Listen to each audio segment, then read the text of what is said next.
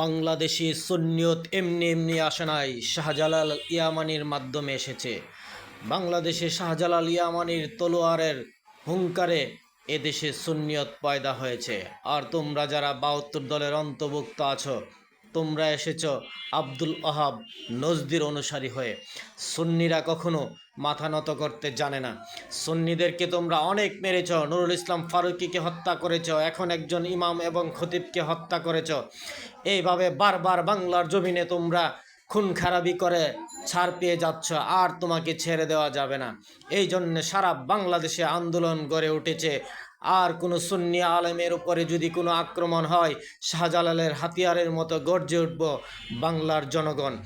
এদেশে আর কোনো বাতিল ফ্যাক্টরাকে আর ছাড় দেওয়া যাবে না, কারণ আমরা অনেক সহ্য করেছি, পিঠ দেওয়ালে ঠেকে গেছে। এভাবে আর কত সহ্য করব, আর কত মার বুক খালি করব। সুন্নিয়তের মার বুক খালি করতে করতে তোমাদের কলজা অনেক বড় হয়ে গেছে।